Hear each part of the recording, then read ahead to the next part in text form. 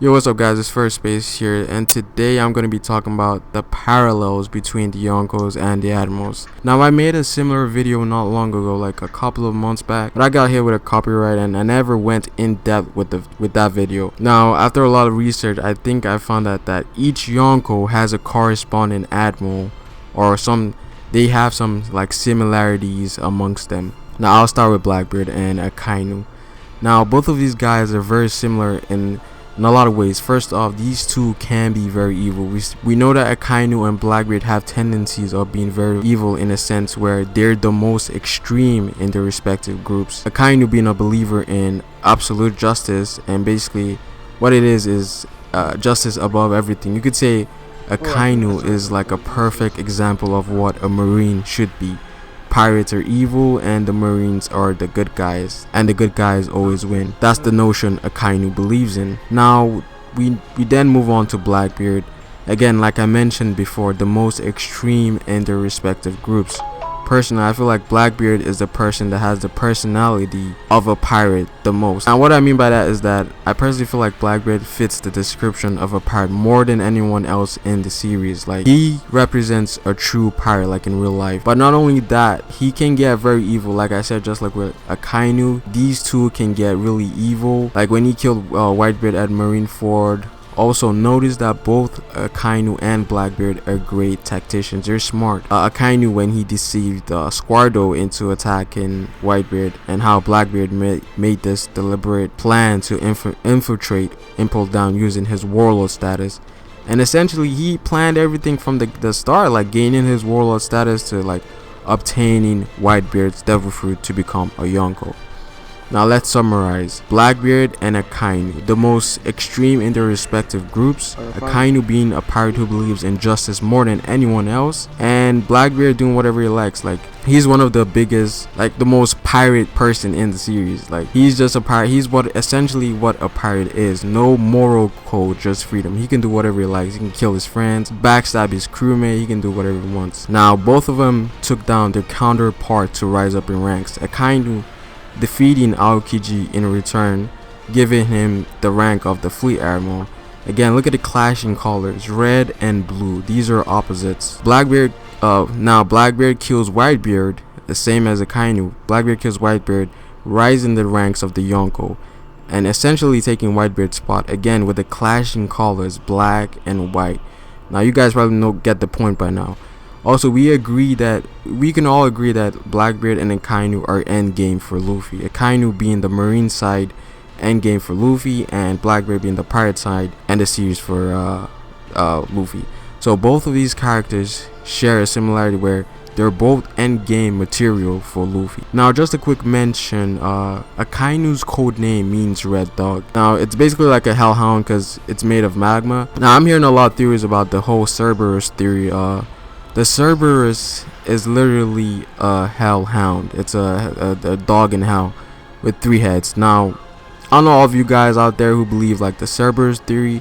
You guys may be onto something. Like, if there's similarities where Akainu has a lot of similarities with Blackbeard and, you know, the Cerberus thing, you guys might be up to something there.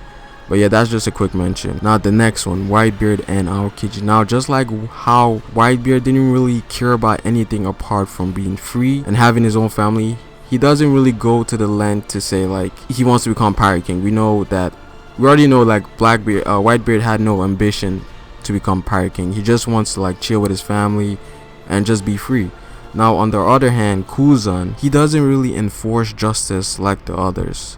You could say both of them are the most laid back in their respective groups, being the Yonko and Admiral. They will act when things do go overboard though. Like, they have moral codes, and they're both good people by nature. You could say Aokiji is a good Marine and Whitebeard is a good pirate. Now the similarities is both of these guys lost their position after losing or dying to the counterpart. So Akainu and Aokiji, and Whitebeard and Blackbeard. In this case, Whitebeard died and Aokiji left the navy. Now both of them hated their counterparts for their way of thinking or acts they had done. Whitebeard says that he needs to teach that a crew needs to have a moral code because it's necessary, because like Blackbeard killed his own crew member. Like, if you're a part of his crew, you gotta have a moral code. that's like, you don't betray your nakama and all that stuff. Aokiji not wanting to become not wanting Akainu to become fleet admiral, so he took action against him, and he fought for the position because he thought like Akainu, he's not fit for that sport. Akainu's just gonna fuck shit up. But again, look at the theme with the colors, white and blue. These are good colors. White and blue is Whitebeard and Aokiji. Red and black, bad colors, Akainu and Blackbeard. Now next one is Fujitora and Shanks. Now both of these guys are reasonable, both have good reputations amongst their respective group, they're friendly by nature, and both of them are handicapped. Now I gotta say something about that handicap part. In this case, Shanks not having an arm and Fujitora missing his eyes. Also, think about how they lost it. These are not wounds given by an enemy. They both made the choice to get those wounds. Like Shanks, he chose to sacrifice his own because he chose it. Like, we know damn well Shanks could have killed that Sea King and like fought the rise, but he chose to sacrifice his arm. And Fujitora took out his own eyes because he didn't want to see the evil that's in the world. So there's something there where both of them made this choice willingly, and it's not like someone gave it to them or something. They chose to have these scars or wounds, and it's something that most likely has a deep meaning. So you could say that these two are very similar in that sense. Also, just like how Shanks was very friendly with Whitebeard, and Whitebeard, who shares a lot of similarities with Aokiji, you could say that Aokiji and Fujitora would be very good friends. If anything, their sense of justice is alike. They will, for the most part, they're gonna agree on a lot of things here. It's not the same justice, but it's similar. It's like the closest to Fujitora. Aokiji would be the closest to Fujitora's justice. You could also say the same thing about how Blackbeard and Shanks. We know that these two have bad blood. Like Blackbeard and Shanks is a fight destined to happen. Now, just like Akainu, who represented Blackbeard, always fights with Fujitora, because we saw the whole argument they had at Dressrosa on the phone call.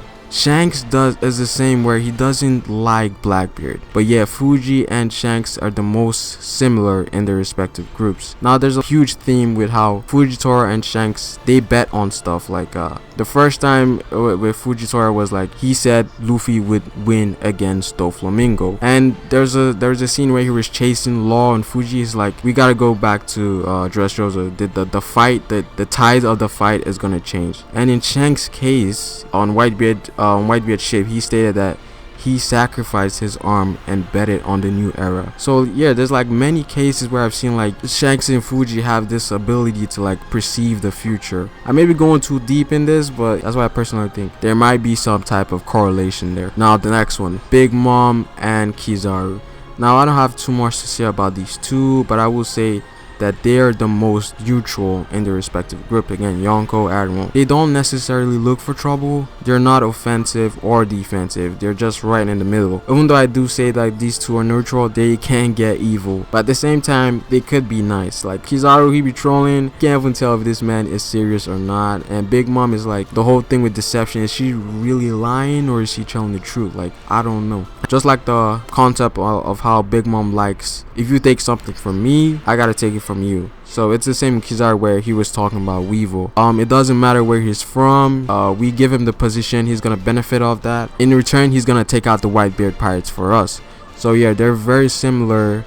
If anything, they're very similar in that aspect. Again, not so much proof on this one, because like Kizaru, I haven't seen much from him in terms of like, we know he's a troll, but I feel like I've seen more from Aokiji and Akainu, but not so much from Kizaru. We might get him later down the line, but I do think Kizaru represents Big Mom, or like vice versa. Now the last part, you guys probably know what this one is. Now the last one, again, not so much proof on this because we haven't seen a lot of Greenbull yet, but we can base his personality or his justice from Kaido, a person we have already seen.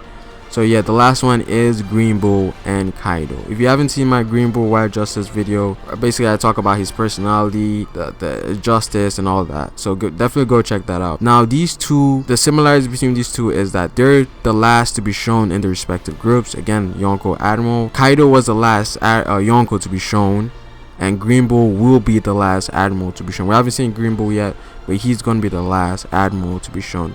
Again, the whole thing with Kaido is like, fight now, ask questions later. So we can assume, all of us can assume that is the way Greenbull is gonna think. He's gonna be a simple-minded idiot. Like, he's gonna be a simple-minded brute. And if anything, I feel like he's gonna be like a brute force admiral. He's gonna have a hacks ability, but he's gonna be like brute force, like Kaido. Like, physically, he's gonna be like strong. Now, I will say this though. These two will be the most aggressive amongst their respective group. Yonko Admiral gonna be the most aggressive. If you think Akainu was aggressive, wait till you see Greenbull, guys. And we know Kaido already, aggressive guy. I'm not too sure how Shanks talked with this man, but you know, something happened there. But anyways, guys, that's pretty much it. Hit the like, subscribe, comment down below what you guys think. It's Ferro, and peace out.